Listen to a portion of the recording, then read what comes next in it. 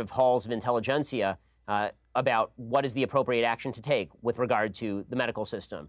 Should global warming be considered a real threat, or should global warming be considered something that technology will solve? And if so, what are the best aspects of solving that? Now, there's a rich intellectual debate on the right about nationalism versus patriotism, for example, or populism versus free marketeerism. That debate is happening on the right. I think that it is intellectual sneering of the highest order to suggest that only the left has new and decent ideas. Some of the ideas that are popular in your side of politics would seem to take us back to the Dark Ages. Georgia, new abortion laws, which you are much in favour of, that a woman who miscarries could get 30 years. A Georgian woman who travels to another state for an abortion procedure could get 10 years. These are extreme hard policies. Well, okay, a couple of things. One, I'm not sure. I mean, frankly, I don't know whether are you an objective journalist or are you an opinion journalist? I'm a journalist that asks questions. Okay, so you're a supposedly objective journalist calling policies with which you disagree barbaric and suggesting only one side of the political aisle has ideas. So I just want to point out that I wish you would at least be honest in your own biases. Mr. Shapiro, I know that broadcasting in America is now so polarized that on one program you only have the left and another one you just have the right. My job is to question those who have strong views and put an alternative to them. Would you suggest that a late-term abortion is brutal? I'm not taking a view on this issue. I'm asking you the questions. Sir, you just suggested that the pro-life position is inherently brutal and terrible, so I'm asking you, as an objective journalist, would you ask the same question to a pro-choice advocate by calling their position brutal and horrible? What I'm asking you is that why is it that a bill banning abortions after a woman has been pregnant for 6 weeks is not a return to the Dark Ages? What's your answer?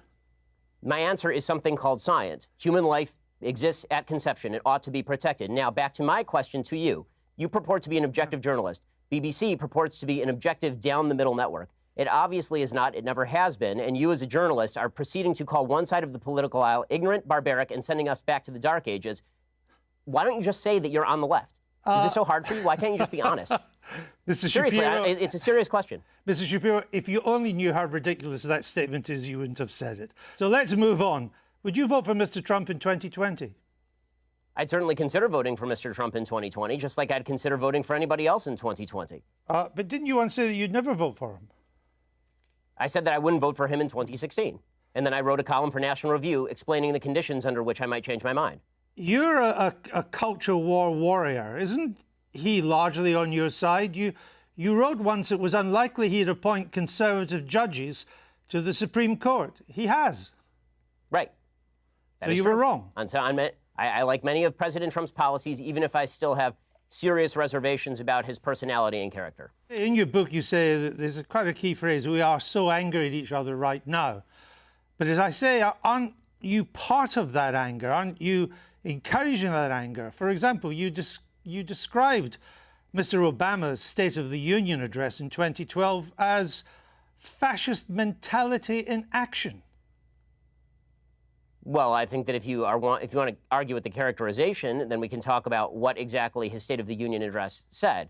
Is it charged language in politics? Sure. The problem that I have is not with charged language in politics, which I'm generally in favor of. I like a robust public debate and a very loud and spirited public debate. I have no problem with that whatsoever. What I'm talking about is the assumption that people with whom we disagree politically are inherently of bad character or, in your words, want to bring us back to the Dark Ages. But again, it was your description of the State of the Union address in 2012 as fascist. There are plenty of things that are bad and wrong, but it doesn't make them fascist.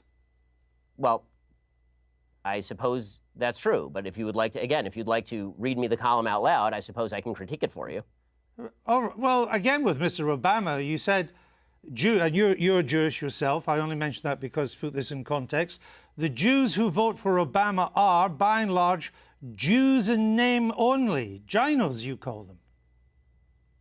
My statement was based on the fact that Jews in the United States, as an ethnic group, are largely irreligious, which is true by every single poll. Jews are the most irreligious group in the United States. As an Orthodox Jew who actually takes Judaism seriously, the point that I am making is that most Jews who are ethnically Jewish are not religiously Jewish in any context. No. The point you were making is that Jews who vote for Obama are Jews in name only. I said that, yes, that is correct, that Jews who voted for Barack Obama, a progenitor of the Iran deal, a person who was cracking down on religious liberty, a person who spent much of his career as president of the United States attempting to deprive Israel of the necessities to defend itself, Jews who voted for President Obama, by and large, cared about Judaism far less than they did about other priorities. Did you said they should turn their badge in as a Jew? Yes, I believe that if you are somebody who takes Judaism seriously, that comes along with ideological commitment. I mean, I guess. Also, I hope you're having fun, by the way, going through every old tweet that I've ever sent to try and do gotcha questions. But if you'd like to have a discussion about my general philosophy or things I've done in, say, I don't know, that was 2012, so it's now 2019. If you'd like to discuss something I've done in, say, like the past 5 years, why don't we do that? How about that? Because your book is a criticism of how angry America is and how America has to do better. And I'm simply I have an entire list on my website, sir. On my list, I have an entire website of dumb, bad things that I've said. I'm simply trying to point out some of the things you've said that seem to me to help to stoke that anger. For example, you said Israelis like to build, Arabs like to bomb crap and live in open sewage. Well, as I say in an article entitled, "Here's a list of all the giant, bad, dumb things I've ever said." Was that dumb? Well, yes, that's a dumb tweet. And not only, but it is also important to mention that the next few tweets clarify that that tweet is specifically referring to the Hamas leadership, which, by the way, a BBC I've seen is relatively reticent to condemn. No, actually, it wasn't. What you went on to do and say, you are correct about the slur on Arabs. It's not all Arabs that want to live in open sewage and blow things up. It's just Palestinians, you went on to say. It says the ones who take sides against Israel in the Israel-Palestinian conflict. Population is rotten to the core, you went on to say. Not Hamas, the Palestinian Arab population. I say that by poll numbers, they elected Hamas. They elected Hamas. They educate their children in school that Israel should be obliterated, sir. I guess. If you want to read, honestly, this is a giant waste of time, in the sense that the entire interview is designed for you to shout slogans or old things that I've said at me. I don't see how this forwards the debate. You talk about undermining the public discourse. It seems to me that simply going through and finding lone things that sound bad out of context and then hitting people with them is a way for you to make a quick buck on BBC off the fact that I'm popular and no one has ever heard of you. There are not many bucks to be made on the BBC, unlike American broadcasting, Mr. Shapiro. The point I'm trying to make is that your words are hardly designed to produce the consensus and understanding that the book seems to want to produce. That's my point, that you write about, Judeo-Christian culture and so on, but so much of what you've said in the past would seem to turn its back on Judeo-Christian culture. You're lecturing me on Judeo-Christian culture after you call the pro-life position barbaric? I just asked you a question.